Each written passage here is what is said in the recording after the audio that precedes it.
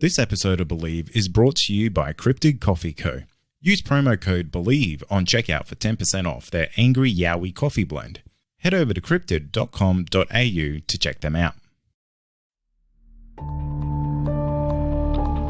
It was just the most massive thing I've ever seen. To tell you the honest truth, I thought, well, we're the only ones left on this planet. Something's happened. We've missed something here. The fear that went in me when I seen it was just, like the feeling, I'd say it was fear, but I've never felt that feeling before in my entire life. It's a weird feeling, like you can't explain it when you don't know. You feel like you're being followed, but you don't know what it is. We had two to our right, another one in front of us, another one to the left, and another one just across the road, shaking the daylights out of the tree. All we get was big red eyes. I remember waking up and looking at the end of the bed, and there was a figure there, almost insect-like, and then I blacked out. Welcome to the show, everyone. My name is Cade Moyer, and you are listening to the Believe Paranormal and UFO podcast. If you have had an encounter and would like to share it, please get in touch with me. My email address is believepod@gmail.com. If you enjoy the podcast, be sure to leave us a rating or review wherever you listen, and head on over to our website, believepod.com, and consider becoming a member to get bonus episodes and video content.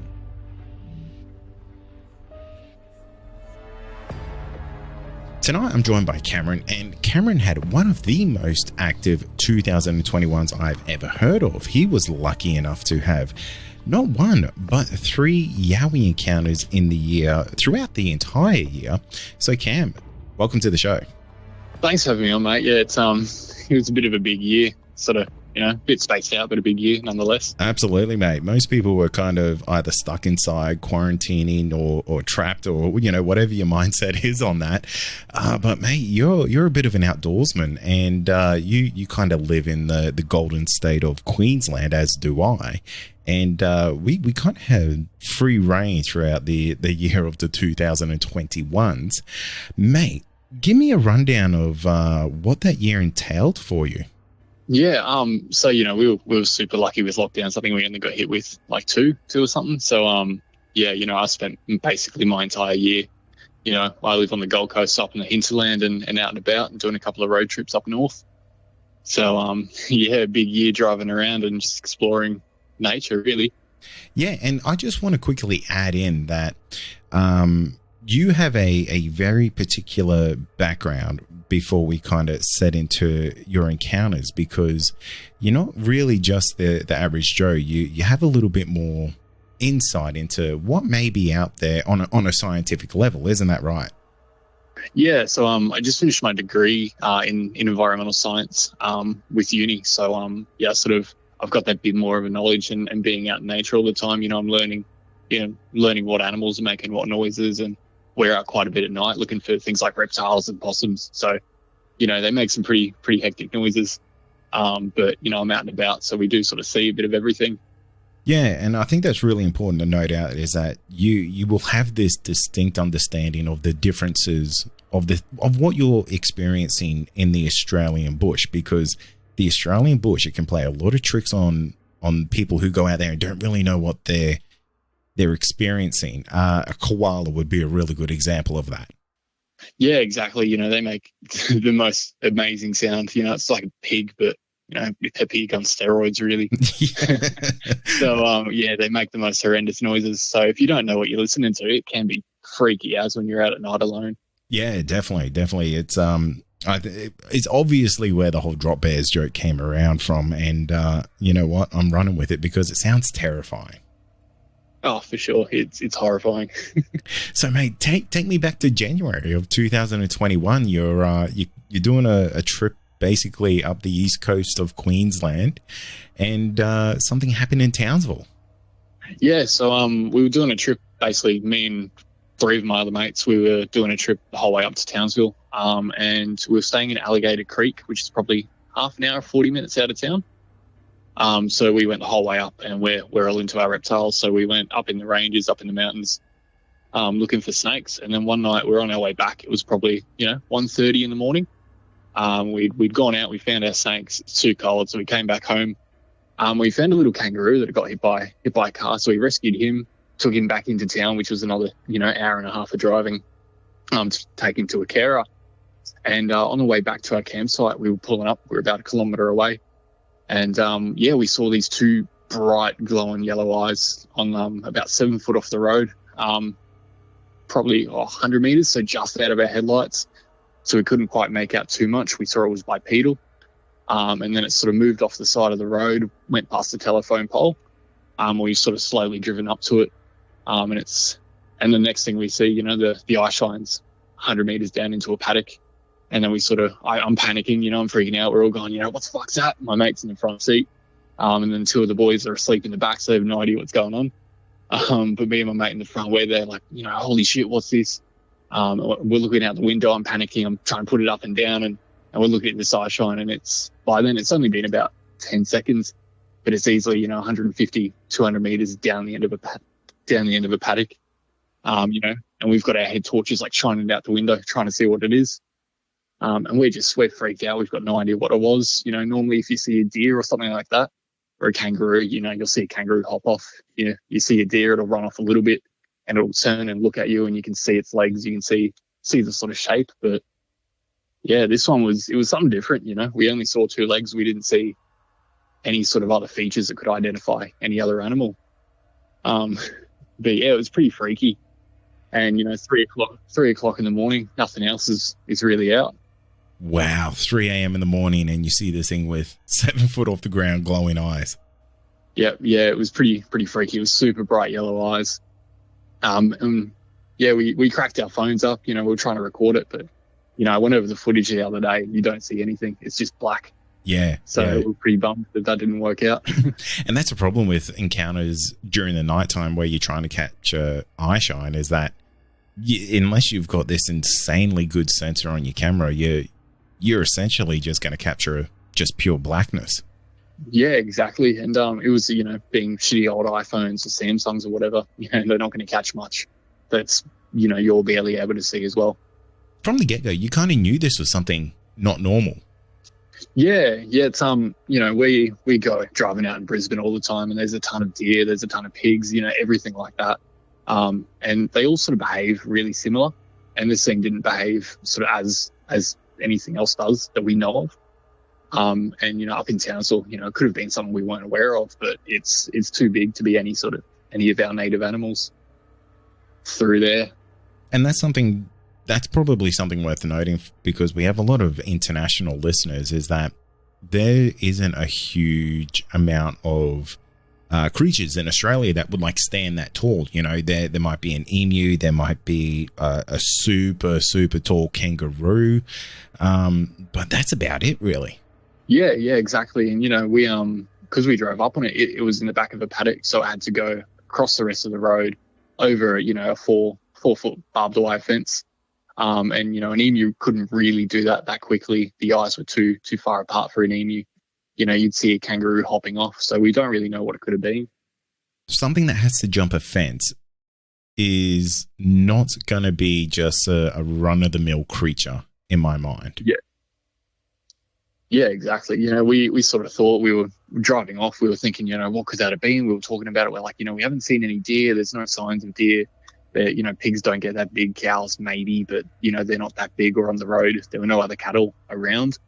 And we were thinking maybe it was someone, out for a walk at 3 a.m. It's in the bush.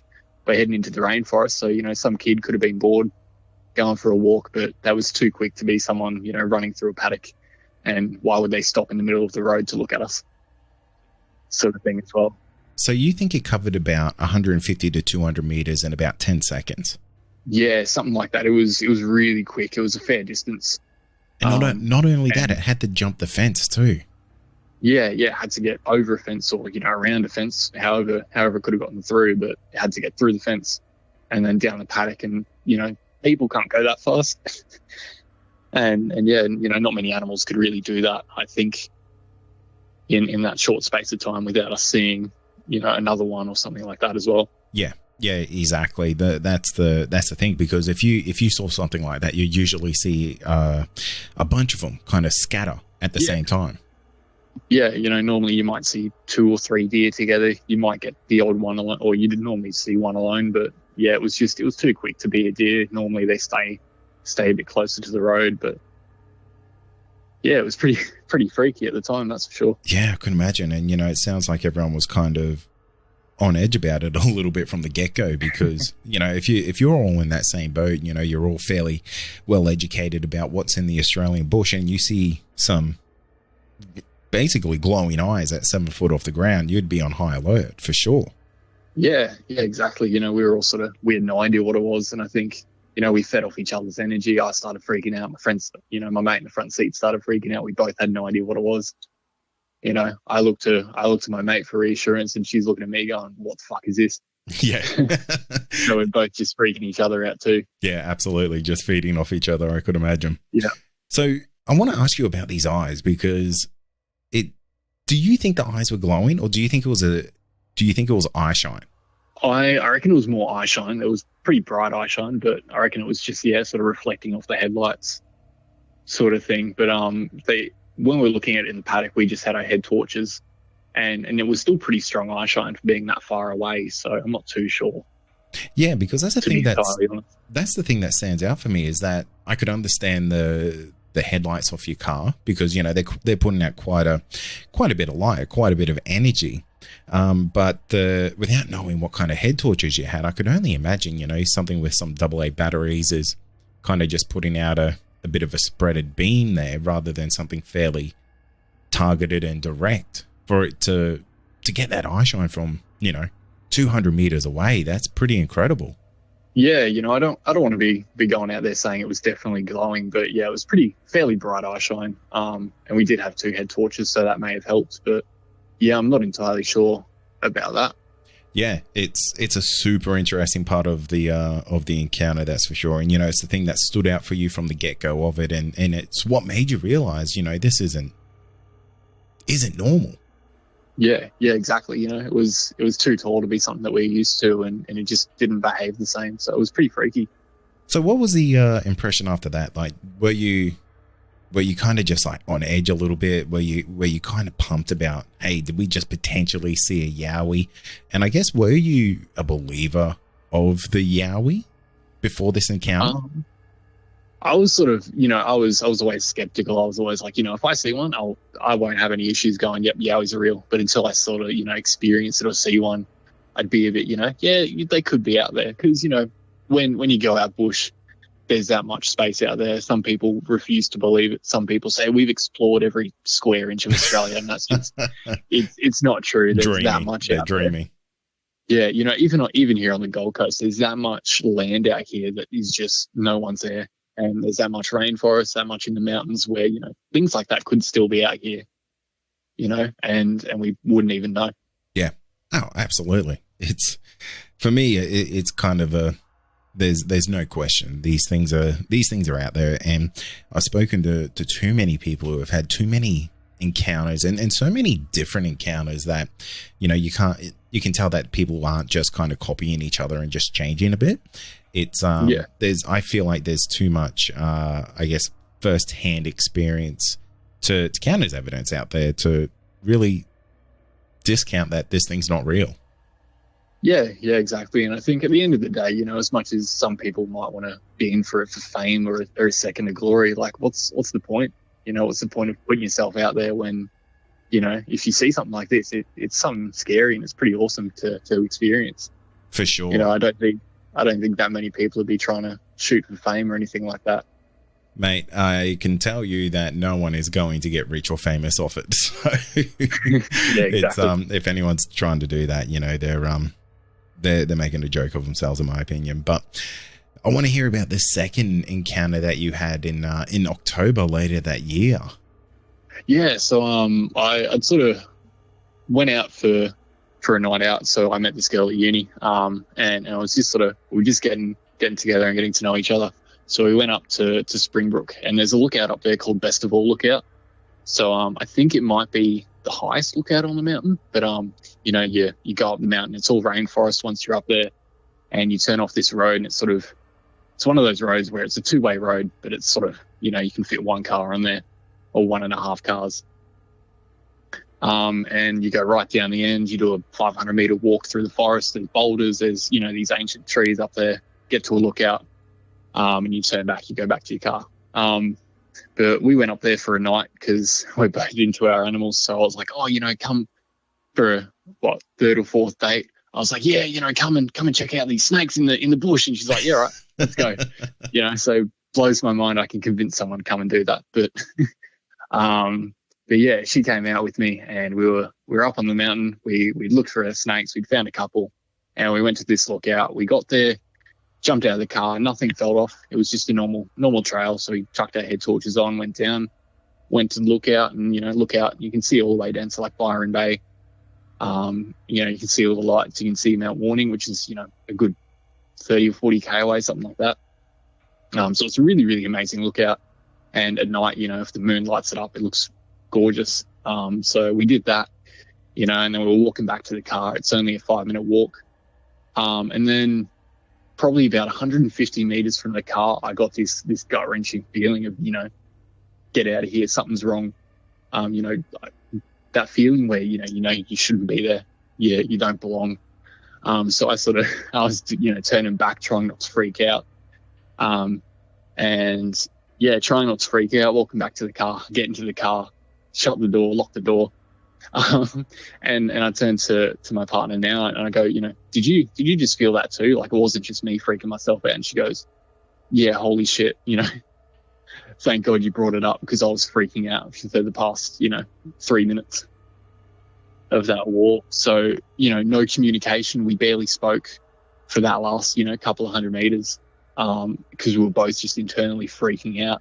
And we got back in the car, and we've both just gone, nah, fuck this. Yeah, wow. It's like a pure primal reaction to something out there. Yeah, you know, it's I've been out west, and, you know, I've been out looking for wildlife or whatever at night, or out for a night hike, and, you know, I've been watched by dingoes. You go out and you look around, you see the eye shine, you know, dingoes are about, you know, 70 meters away, and they're just checking you out. Like, you know, they're not going to attack, they're not freaking out. But, you know, you can feel that they're watching you. But up there, mate, it was something completely different. It was, you know, you can feel something's watching you, but it's, yeah, I don't know how to explain it. But yeah, it's that gut wrenching, you know, you don't belong here, you shouldn't be here sort of feeling. Did you feel like any difference to the surroundings around you? Like, did you feel like the bush went quiet or still or anything like that? Yeah, you know, it was trying to remember the details, but yeah, it was a pretty quiet night. To begin with, it was getting a little bit late, so most animals are starting to quiet down a little bit. But yeah, it was pretty quiet. It was just, yeah, that feeling where, you know, I was checking over my shoulder every five steps. You know, sort of really getting stressed out because I felt like there was something that was going to come out from behind us or that sort of thing. So yeah, it's just a completely different feeling. That's all I can really explain, is just, you know, it's that gut wrenching, you know, fear. It's not, you know, oh shit, I'm being watched by something. It's, you know, you're scared. Did you feel sick or nauseous or anything like that from this experience? Nah, nothing like that. You know, no sick, no, you know, I've heard about the really gross smells from the Yowies, nothing like that. You know, it was that gut wrenching, you know, anxiety sort of thing, but it wasn't, you know, no nausea, no bad smells or anything like that. Yeah, it's such a unique kind of set of encounters there, because it's one thing for you to have that feeling and have the reaction that you did, but for your partner to basically mirror exactly the same thing is just so fascinating to me, because you know, I've never really heard of that before. And I think that's such a really unique aspect of this encounter, is that it's kind of like a shared primal reaction from the both of you. Yeah, I think that's sort of what freaked me out the most. I think about that, you know, we've gone back up there a couple of times, and I think we're both sort of a little bit sus on it. But every time I go up now, it's just sort of, you know, I'm a little bit anxious about it because I think I'm just freaking myself out. But I haven't gotten that feeling sort of since. I don't think I've done that walk since, to be entirely honest with you. But yeah, it's sort of, even if you go up there during the day, you don't feel this. And I think to feel the exact same thing as my partner at the exact same time and have no conversation about it is pretty pretty terrifying. Yeah, it really is. It's something that's just so out of the normal, and then to not embrace it, or to not kind of confront it there and then as well, and then talk about it later as, yeah, something definitely weird was happening there. But my question for you about this whole experience is, like, have you ever heard of a thing called infrasound before? No, I haven't.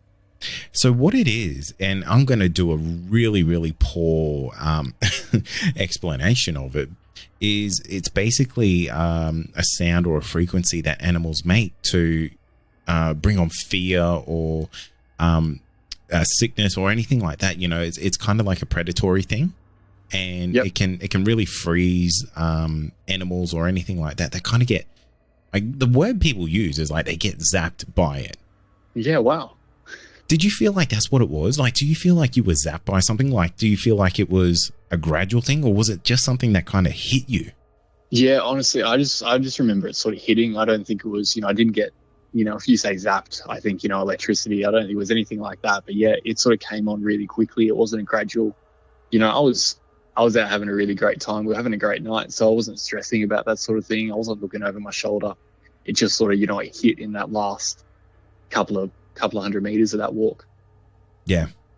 It's a very unique encounter, and for me, and I'm not trying to pigeonhole the experience that you had, but it sounds so eerily close to encounters of people who have had infrasound happen to them. Like, this sounds almost exactly like that. Yeah. I'll have to definitely look into that, I reckon. But it sounds really crazy. So I think that could potentially be something that it could have happened, but I'm not going to put any fingers on it just yet. Yeah, no, definitely not. I'm only speculating, but that might be worth looking into, because I don't know how down the Yowie rabbit hole you've really gone, but that would be something I would, invest half a night into. Just have a quick Google of it, because I think it might be something that might interest you, because tigers do it, elephants do it. Like, this thing actually exists out there in the animal world. So it's not like it's the woo aspect of the Yowie, so to say. Yeah, wow. I'll definitely have to look into that. I reckon that's really cool. So tell me about this final encounter that you had, because this one stands out for me. This is the one that made me go, I need to talk to Cameron big time. And now, a quick word from our sponsor. Also, are you wanting more content? Why not become a Believe Plus member? You'll get access to exclusive podcasts and episodes that aren't available to the public. Not only that, you'll also get our regular feed without any ads. Head to believepod.com/plus to sign up today for just $5 a month. Yeah, when was it? It was December. So, being into environmental stuff, we go out looking for snakes all the time. It's a big passion for a lot of us. We grew up watching Steve Irwin, so we're out there all the time looking for this sort of stuff. And we're on one of those nights where we're out looking for them. And driving up to, there's a national park section called Binnaburra. So it was that famous lodge. It burned down in the 2020 fires. So, it's a really famous area. So we're driving up there. It's a road called Beachmont Road. So it's, 20K long or something like that. And it goes all through the forest, all through a couple of little towns. And 3/4 of the way up sort of thing, there's this little, it's like a retaining wall. You know how they'll spray like cement on the side of some rocks and it sort of gets all crumbly. I think, it gets all crumbly. And they kind of put the mesh over it sometimes. Yeah, that sort of stuff. And they've got like a drain down the side, and they've got these big drainage pits, because it rains down there in summer quite a lot. So there's this section, it's probably 200 meters long, and it's up on the left, and then on the right-hand side, there's a big drop. It drops off the side of the mountain sort of thing. It's not, a sheer cliff, but it's a fairly steep, mountain going down. So we were going through there and we found a snake on the road. So we pull up. I've just ripped up the car, in the middle of the road. No one really comes up there. So we just stopped. I jumped out, ran back to it and picked it up. And, it's a small kind of, fairly dangerous venomous snake called a small-eyed snake. So, it's not going to kill you, but it can ruin your next couple of weeks. So I've got that in my hand. I'm sort of getting that off the road. And all of a sudden, everything goes quiet. And I get in my right hand ear, I just have this deep guttural sort of growl. The way I explained it at the time was like a cross between like a tiger or a lion growl and the afterburner of a fighter jet. If you sort of, if you know what one of those sounds like, it's this real deep sort of roar. And I had that in my ear, so I've frozen, crashed me dax a little bit. And my partner's, running down behind me going, "Oh, awesome snake." Got her phone, got a head torch. And she said, because I spoke to her when I got in the car, she's coming down and she said she got this feeling sort of, of anxiety a second before she sees me freeze. And I've just gone, I've turned to her, I've gone, "Did you hear that?" And she goes, "Hear what?" Oh, wow. She was about, I think 10, 15 meters behind me. So, and it was that loud in my ear. I thought anyone should have been able to hear it. I'm 3 meters away from this retaining wall, so nothing could have been in my ear without her seeing it. But yeah, I freaked out. I froze. I've got this snake in my hand that, if I get bitten, I'm going to have a really, really shitty night. So, I'm on the side of the road. I've got this snake. And then, for me to freeze like that, I've sort of really got to get scared by something. And that was something for sure I'd be scared of, I think. Yeah. Wow. What a situation to be caught in there, because one, you've got this snake and you're frozen. You're just frozen. You heard this thing in your head and you don't know what to make of it. Yeah, it's pretty terrifying. You up there, you hear cane toads going nonstop. So it was pretty freaky hearing, everything else went quiet. Didn't hear any cane toads, didn't hear anything. And it's just this growl. So the whole bush went quiet and the only sound you heard was this really intense roar. Yeah, I wouldn't say it was a roar. It was more of, like a deep, stomach sort of a growl. Like, it was coming from the chest. It was a really big growl. It wasn't really, a roar. Yeah, right. Something. It was. Oh, sorry, mate. Yeah, it was sort of like, this is my spot sort of thing. Yeah. Yeah. And I wonder, and your partner didn't hear this at all? Yeah, she didn't hear any of it. So, I've parked the car up and she's running back down to me. So she's about 10 meters away. And, with how loud it was in my ear, you'd expect she'd hear it. If there was an animal that was on the retaining wall, that was about 4 meters to my left, if that. You should have been able to see it, but she saw nothing up there. And, it's a good still another 1.5 meters above me until ground where something could stand. So, I've got no idea what could have been that loud in that situation. Have you ever experienced anything like that in your life before? Nothing like that, no. How do you explain to someone how you could hear that, but your partner couldn't? Yeah, see, that's the thing, I can't explain it. I've got, I'm still drawing absolute blanks as to what it could have been. I'm going through animals it could have been, unless it was, something. But yeah, my partner said she had a gut feeling just before she saw me freeze. So unless that was, a subtle movement that I made that made her freak out. But yeah, it was just to have her say she felt her heart drop and then I froze and freaked out. I think it's pretty freaky. And yeah, I can't justify what it could have been. It genuinely is terrifying because it's impossible to really explain that, because the only thing that is coming to mind, and this is going to sound probably a little bit weird, a little bit woo to you, but it sounds like a thing in the Bigfoot world, especially. They call this mind speak, where people will say that these creatures project sounds into their heads. And I've never spoken to anyone who's encountered this before, but this almost sounds exactly like that. Yeah, it definitely did feel like, it was in my ear, but yeah, I don't know how to explain it. It was that loud that, yeah, it could have, I haven't read up on that sort of thing, but yeah, it sounds pretty similar to what I experienced. And you said it, you only heard it in the one ear.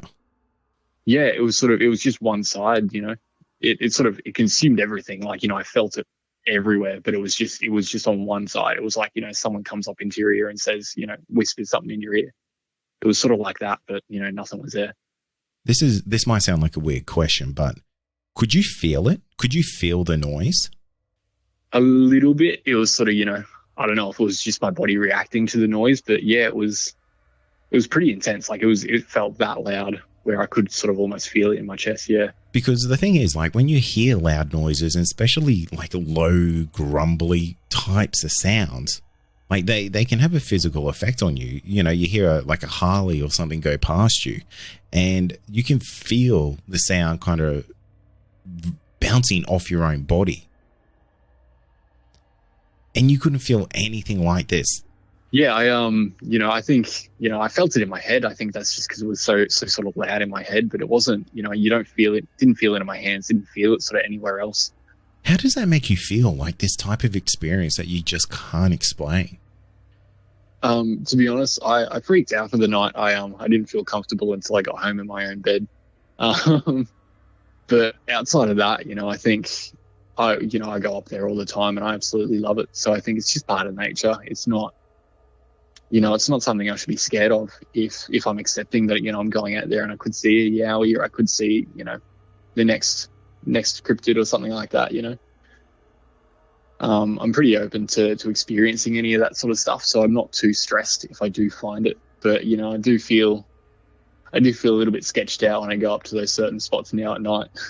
Oh, mate, I don't blame you. I think anyone would who's gone through the experiences that you had, because what's really unique about your set of encounters here is that apart from that first one, everything else is just so personal and I guess so intimate to you, because there were, I guess it was almost emotionally targeted towards you. Like it didn't try to scare you out of the area or anything like that. It kind of affected you in a different way.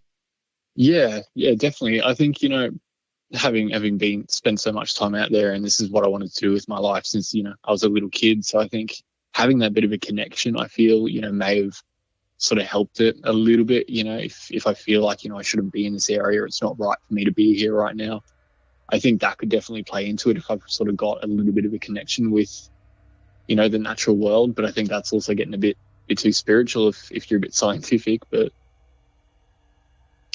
yeah, sort of for a lack of a better term, it's sort of, you know, it's that connection, I think.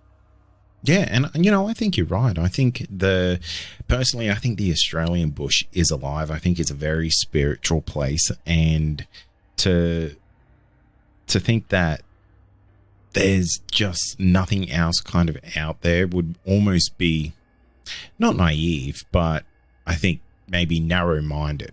Yeah, for sure. I think, you know, there's so much, like I said earlier, there's so much space where, you know, we don't know what's out there. And I think we've definitely got a special country. You go out there, you spend a couple of hours alone out in the bush, and you do feel like it is alive. You know, there's so much going on. Everything's sort of working together in some way or another. So after your encounters here, Cameron, what do you think you experienced on those 3 individual encounters? Yeah, I'm not sure. So, you know, part of me really wants to believe it was all Yowies. It was all Yowies or aliens or something. You know, I get really excited, but, you know, sitting back and trying to think about it, I genuinely don't know. You know, that first experience in Townsville, you know, the only thing I can put my finger on would be a Yowie or something like that. You know, and I'm getting a bit excited to go, yeah, it was a Yowie. But that's the best thing I can use to explain it, was that's the only animal, you know, I guess you could say, that could have been the cause of that. And yeah, with my 2 experiences here on the coast, I really don't know, to be honest with you, Cade.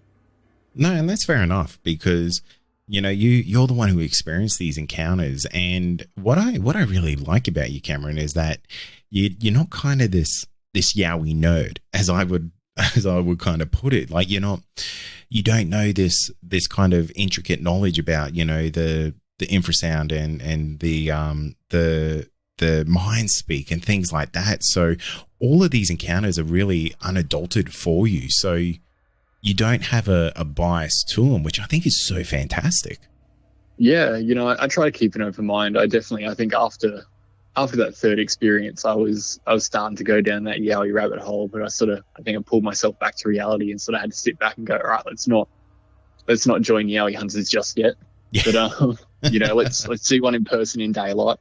But yeah, I think it's blown my mind. I really don't know what to say it all was, but it's definitely something really, I think, personal. Has it made you think differently of the Australian bush after having these types of encounters? Yes and no. I'm definitely a little bit more, not on edge, but I'm definitely a little bit more alert when I'm going into places I'm not too sure on, or, going out by myself at night or something like that. But I've always felt that, like you said before, the bush is alive. It's definitely a very special place. So I've always sort of tried to treat it with as much respect as I can. You treat things with respect, they'll respect you back. So, and have you ever told many people about these encounters? It was restricted to close friends for the first sort of one or two. That second one I told my mate from Townsville straight away. I was like, you'll never guess what happened. But by the third time, I think I've accepted, it could have been a Yowie, it could have been something, but I'm always happy to tell a really weird story about some adventure I was on. So, yeah, my whole family got that lowdown a couple of days later. That's awesome. Because the only thing, the other thing that really comes to mind for this third encounter is, I wonder if there was a big cat in the bush. That definitely crossed my mind. I've got a couple of mates who are pretty dead set that they reckon they've seen, a big cat here in Australia. And, you do the research and it could potentially be a thing. Like I said with the Yowies, I err on the side of, until I see one in person or I have that experience, I'm not going to say it's certain, but it could definitely be out there. That's for sure. Yeah, definitely. Because the Australian bush is just like prime for these, like panthers and things like that, because there's nothing out there that would stop a big cat from just thriving out in the Australian bush. I guess, if you're going down that route, maybe the only thing that would be an absolute predator to the big cat would be either a Yowie or a giant boar out in the bush somewhere. Yeah, I think, a fully grown feral pig could definitely take on a big cat. It would give it a good run for its money. And, a Yowie, I reckon, it'd probably take on a big cat pretty all right. But, you hear all the stories about the old army boys who released a couple of big cats out in the, the hinterland or something like that. And it only takes, 5 or 6 of these cats to meet up with each other and have a whole lot of babies. And, there you go. Bob's your uncle. And that was only happening, in the 80s, and these cats lived for 30 years. Oh, yeah, exactly. So, exactly. They live for that long, they could still be out there. Yeah, definitely. I recently spoke to a mate of mine on the podcast. His name's Ben, and he has the podcast Missing Panther here in Australia. And if you haven't checked it out, absolutely check it out. He does an amazing job. And the insight that he gives on how many big cats could potentially be out there just roaming the bush in Australia it's mind-boggling, because there was just such careless acts done when these creatures were, originally brought over to Australia for whatever reason it may be, that essentially people just kind of let them go out into the bush because they're too hard to look after. Yeah. I think people do that with their, you hear stories about people with their pet snakes or, their bird that got out and they're like, oh, it'll be fine. But the number of birds you see that are out and about, especially on the Gold Coast, we've got a few macaws that fly around my place every so often. So, really? I think they all go back home every night. So I've been told. But, something like a big cat could definitely survive out here. There's plenty of kangaroos. There's plenty of food out there. So, yeah, for sure. Well, Cameron, it has been an absolute pleasure talking to you tonight. Your insight is fantastic. I think it's great that, you really do come in with this scientific mind to it, but you're also still quite open. I would definitely take a few moments of your time to, go and research the whole infrasound and mind speak thing when it comes to Yowies. That, who knows, it might give you a sense of closure, a little bit more of an idea of maybe what you experienced. But I think your encounters are super fantastic, and I'm truly honored that you come on the show to share them with me, mate. Yeah, honestly, thank you so much for having me. I've been sitting here thinking, oh, holy shit, I'm actually on this podcast now. But yeah, I'm glad I could share it. So I hope someone out there's had a similar thing and they feel, comfortable to come on the show. Because yeah, it's really good sort of hearing other people's point of view, and even if we just learn a little bit here and there, I think it makes the world a bit of a better place if we just share the experiences. But yeah, thanks so much for having me, mate. Thank you for listening to this episode of the Believe Paranormal and UFO podcast. If you have had an encounter and you would like to share it, please get in touch with me. My email address is believepod@gmail.com. Finally, don't forget to follow us on all our social media outlets and be sure to join our Discord server to talk to other listeners of the show. You'll find all these links in our show notes. Thank you.